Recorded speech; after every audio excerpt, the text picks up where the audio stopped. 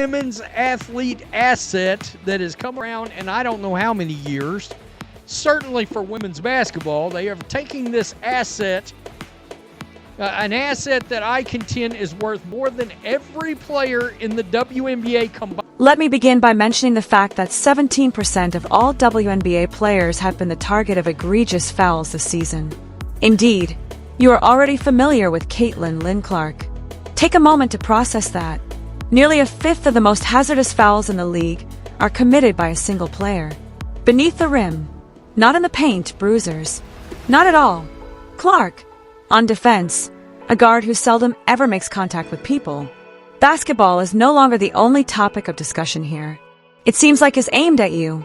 Even worse, the league is doing nothing at all to address the issue. Refs merely remain still. Coaches act as though they were blind to it, as well as the commissioner.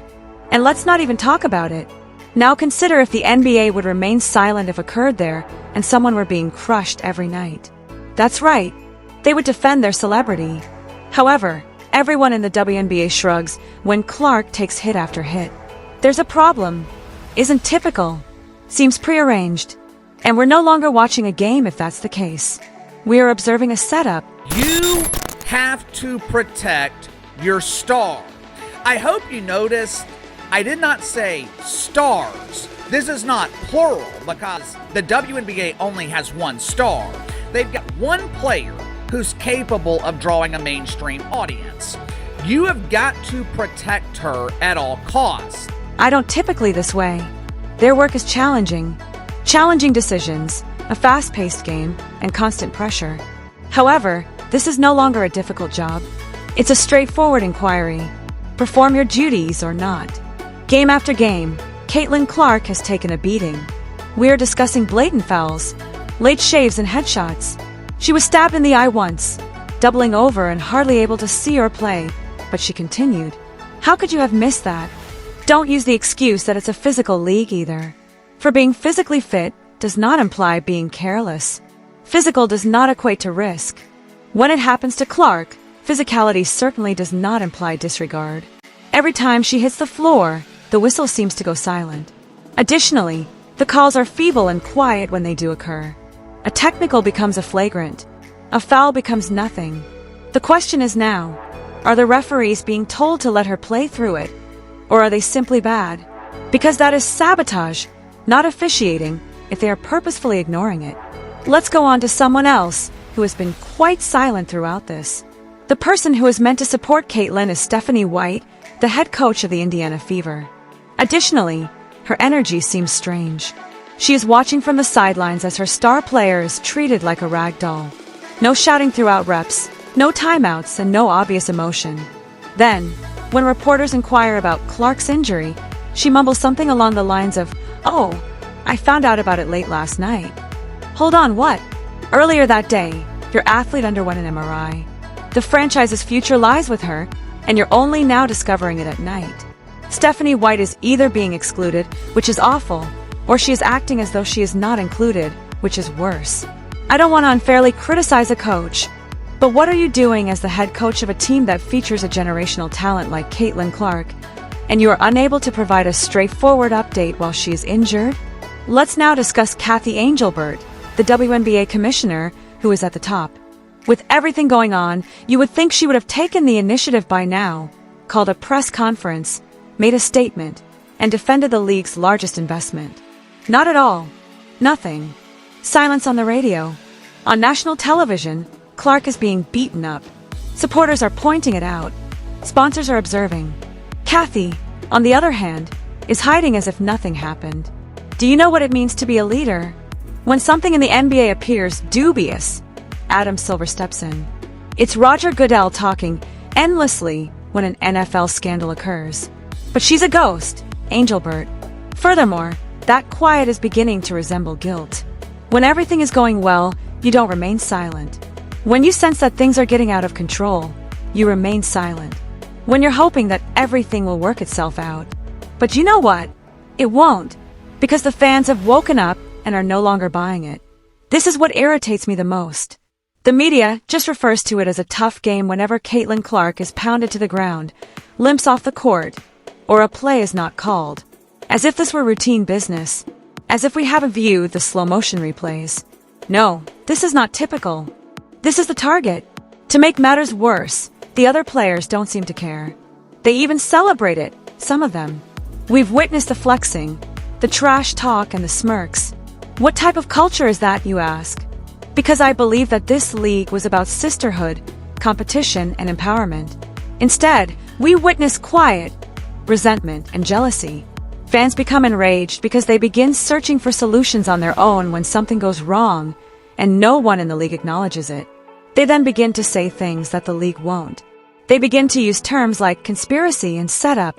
To be honest, they're not incorrect. Let's take a moment to consider that groin ailment. According to the Fever, it was day to day.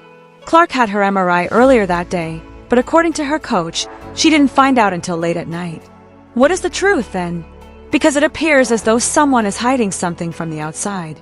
She appeared slow, heavy, and exhausted in games before the injury. It wasn't just a poor shooting performance. That person was persevering despite discomfort. They refer to it as a strain when she eventually sits out. No, those around her either didn't care or didn't intervene when the girl started crying in front of us. It is hardly an accident if Clark's body fails because she was not protected by the league or her own squad. It's a betrayal. What the WNBA didn't anticipate is this. This is being watched by the fans. They are pointing out the flaws in the foundation in real time with each missed call, injury report, and strange press conference. It's crazy what you're seeing online right now. Fans are sharing slow motion breakdowns, statistics, and clips. They are doing the role of the media. Caitlin Clark should quit the WNBA completely, according to some people. Travel to Europe. Go where she is safe. Wherever she is revered, go. It has become that awful. It feels like the system is broken. Additionally, the league will lose more than simply Caitlin Clark if they don't get their act together quickly. With her, they will lose a generation of fans. Let's now pose the most crucial query. What makes Caitlin Clark desirable to others? Well, consider it. She is more well-liked than the league. She is surpassing veterans who have been in the field for years. In 5 seasons, she earns more money from endorsements than some of them do. She also failed to pay her dues. It was not she who crawled through the muck. She became the story as soon as she walked in. People are afraid of that type of authority, especially those who are accustomed to being in charge. Perhaps more than one person is responsible for this. Perhaps it's a system or a culture based on jealousy, ego, and a fear of change. She threatens all of that, Clark. Do you want evidence that this goes beyond basketball? Observe what transpired when Clark skipped a game. The number of TV watchers fell by 55%. The cost of Indiana Fever game tickets decreased by 47%. It's no little dip. It's a complete collapse. Let's be honest. Caitlin Clark is currently in the WNBA. People are watching because of her. Arenas are selling out because of her. This season, the league only matters because of her. Therefore, it is insane to think that she is being treated this way, that she is being hurt, neglected, and fouled, and that no one in a position of authority is taking action. It also demonstrates one thing. The individuals in charge of this league are either inept or will stop at nothing to boost their own pride. Ultimately, this is about more than one player. It concerns the type of league the WNBA aspires to be. Do they wish to develop? Do they wish to change? Or do they choose to remain small, resentful, and envious because they seem more interested in burning down the house than letting someone else decorate it at the moment? Additionally, they are losing not just Caitlin Clark, but also the future of women's basketball if they continue to push her away. Thus, it's possible that a conspiracy exists. It's a quiet, unattractive culture that would rather see her fail than acknowledge that she altered everything, rather than one with clandestine meetings and shady backrooms. Will the league wake up in time? That's the only question left. They will lose more than just a star if they don't. Everything will be lost for them. Let's just call it that. This goes beyond poor officiating or a strong defense. There is a pattern, a setup, and a clear message being conveyed. This isn't where you belong. To be honest, if it weren't for Caitlin Clark, this is how she's treated despite the fact that she's packing venues, increasing ratings, and attracting new fans to the game. No, we won't keep quiet about it. Click like if you see what's actually happening. Subscribe if you're done making excuses. Additionally, Leave a comment and express your opinion aloud if you believe Clark deserves better. Because it is our responsibility to consistently call it out if the league refuses to speak out. There is now more than one player involved. This concerns the league's overall future.